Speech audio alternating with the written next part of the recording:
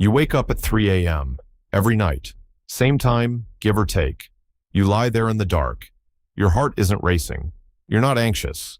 You just surface. Then, 10 or 20 minutes later, you sink back down into sleep. You've probably called this insomnia. You've probably blamed your phone, your stress, your coffee. But the real answer is far stranger. For most of human history, waking up in the middle of the night wasn't a disorder, it was the plan. Think about that for a second.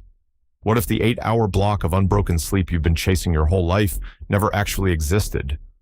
What if it's not natural at all? Let's go back, not centuries, millennia. Before electric light, night was long, really long.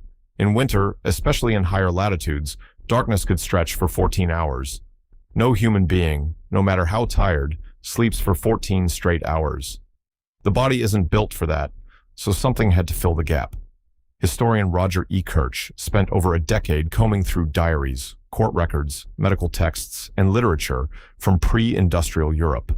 He found something the modern world had completely forgotten. Hundreds of documents, some dating back to the 1300s, casually mention a first sleep and a second sleep, not as anything unusual. As a normal, expected part of the night, people would sleep for 3 or 4 hours after dusk. Then they'd wake, not in a panic, not confused. They knew exactly what was happening because it happened every single night of their lives. During this waking period, which could last 1 to 2 hours, people did ordinary things. They prayed. They talked with a spouse in bed. They got up and tended the fire. Some visited neighbors. Some had sex. Physicians of the era even recommended this window for conception, believing people were more relaxed after a first sleep. Then, eventually, a second sleep would follow, carrying them through until dawn. This wasn't folklore. This was infrastructure. An entire rhythm of daily life was built around it. So what happened? Why did it disappear? The answer is depressingly simple. Light happened. As artificial lighting spread through the 17th, 18th, and 19th centuries, first with oil lamps and street lighting, then with gas, then with Edison's bulb, nighttime stopped being empty. Streets stayed active later. Homes stayed lit later. Bedtimes crept forward.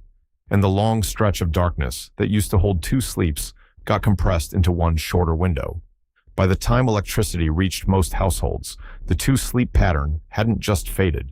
It had been forgotten so completely that when people experienced its remnant, waking in the night, they assumed something was wrong with them. But here's where it gets stranger, because this isn't just a historical curiosity. It's been tested in a lab.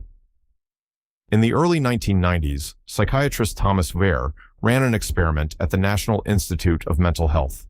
He took a group of people and put them in conditions that mimicked a pre-industrial winter night.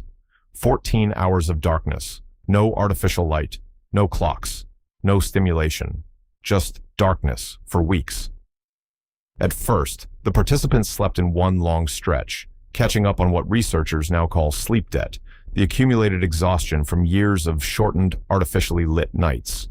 But after about 4 weeks, something shifted. Their sleep split, on its own, without instruction, without expectation. Their bodies fell into the exact pattern Ekirch had found in centuries-old diaries. A first sleep, a waking period of calm, quiet alertness in the middle of the night. Then a second sleep. Their bodies didn't need to be taught this. It was already in them. It had just never had the darkness to express itself.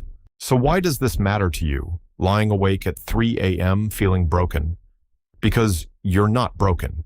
You might be doing something your body was built to do in an environment that no longer allows for it.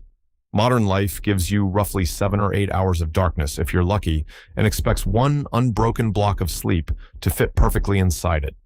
No room for a waking period. No cultural permission to just lie there calmly for 20 minutes and then drift back off.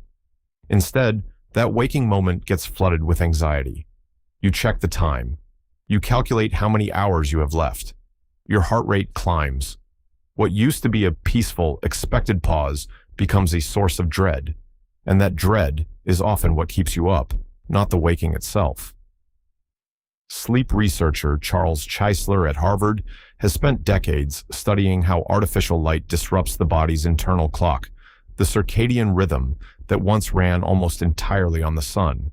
His research shows that even modest exposure to light in the evening, the glow of a screen, a bright bathroom light, delays the release of melatonin and pushes the whole system out of sync with the natural cycle it evolved for.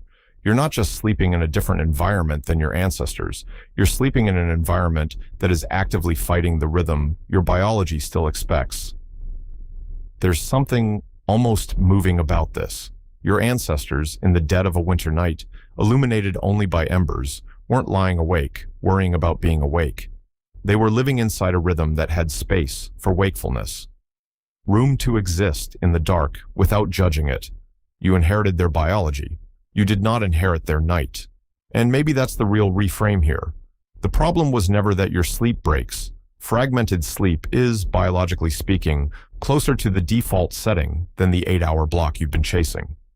The problem is that nothing around you and nothing inside your head gives you permission to just be awake for a little while in the dark. So the next time you open your eyes at 3 a.m. and the house is silent and the world outside is dark and still, consider a different story than the one you've been telling yourself. You are not failing to sleep. You might, for a few quiet minutes, be doing exactly what humans did for most of their existence on this planet. Lying still, breathing slow, waiting without anxiety for the second sleep to come. Tonight, when you wake in the dark, you won't reach for your phone right away. You'll just lie there for a moment. And somewhere in that stillness, you might feel, just for a second, something that isn't insomnia at all. It might just be memory.